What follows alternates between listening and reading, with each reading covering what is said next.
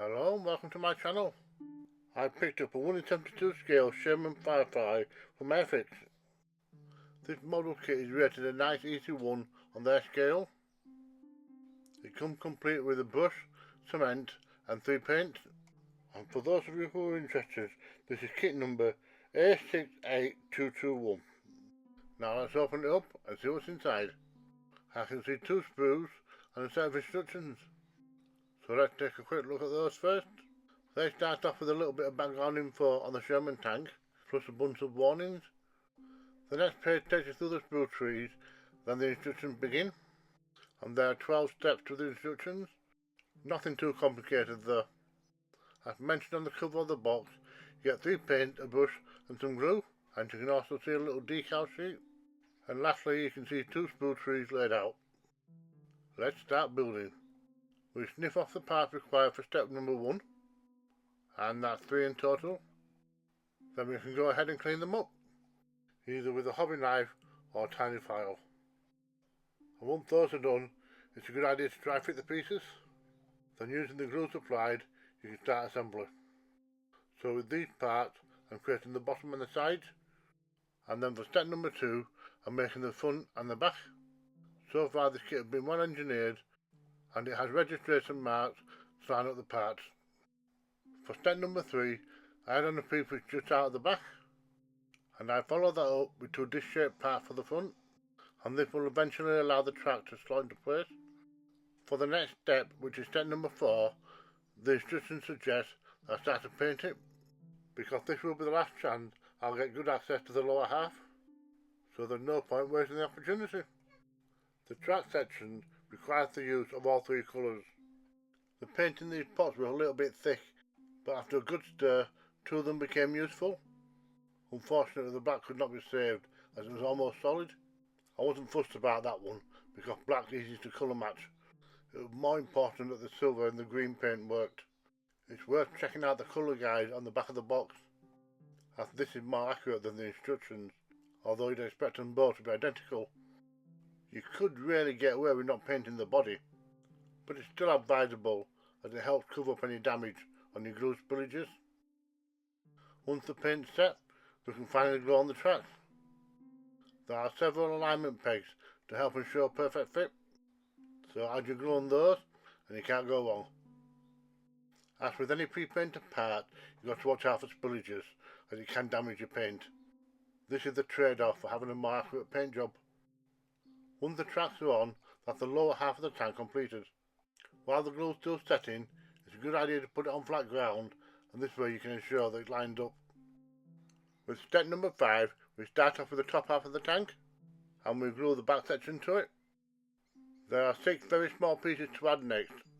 They're all pushed in from the underside, leaving the essential part exposed on top.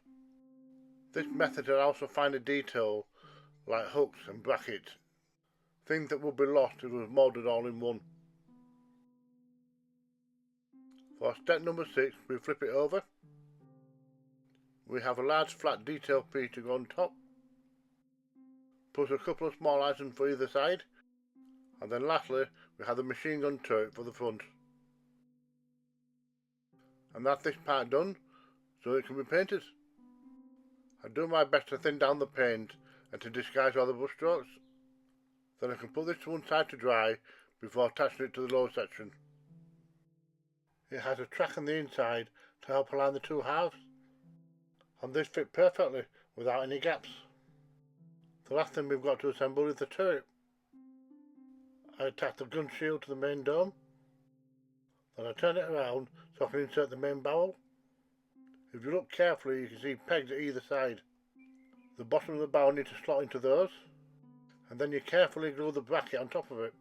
All being well, if you're not being overzealous with the glue, the barrel should rotate. Well, up and down at least. We also need to carefully attach this front section. It must be glued directly onto the base of the barrel. This will help ensure that it still moves up and down. The muzzle at the end of the barrel comes in 2 halves, so I'll glue on the second half and wipe off the excess glue with a cotton bud, and while I'm at it I can knock it into perfect alignment. Next I insert the mounting ring under the turret. This will eventually snap into place.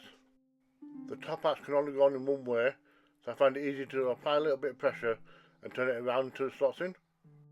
Then the very last piece to add on is this tiny valve. You'll need to keep working it until the glue takes hold. After all the other parts, once they've been assembled, they can be painted. The instructions state that this tank is a flat green. That will make life a bit easier. If you follow the cutout, the two can be slotted into place and will rotate. There are several items attached to the tank which need a splash of colour. You'll need a very fine brush, some black and some silver. You can always skip this section if need be, because most people won't notice such fine details, but they will notice a shoddy attempt of fine painting.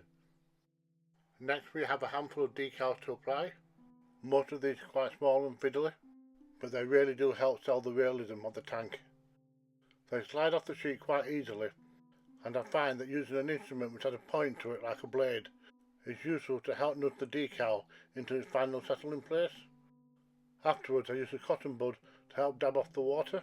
This will reduce the chances of the decal slipping. Once all those are in place, I put it to one side to dry, and then I give it an all over spray with a matte sealer.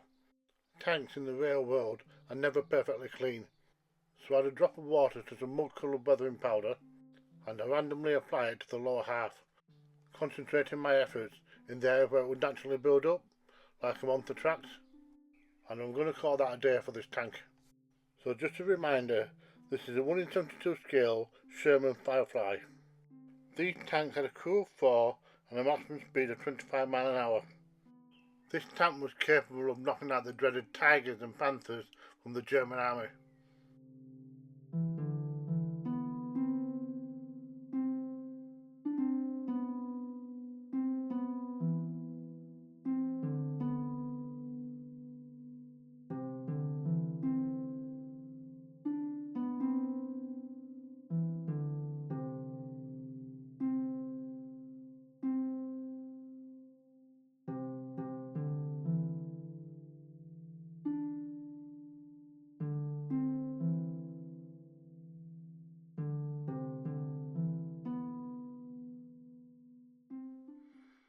Thank you for watching. Don't forget, if I can do it, so can you.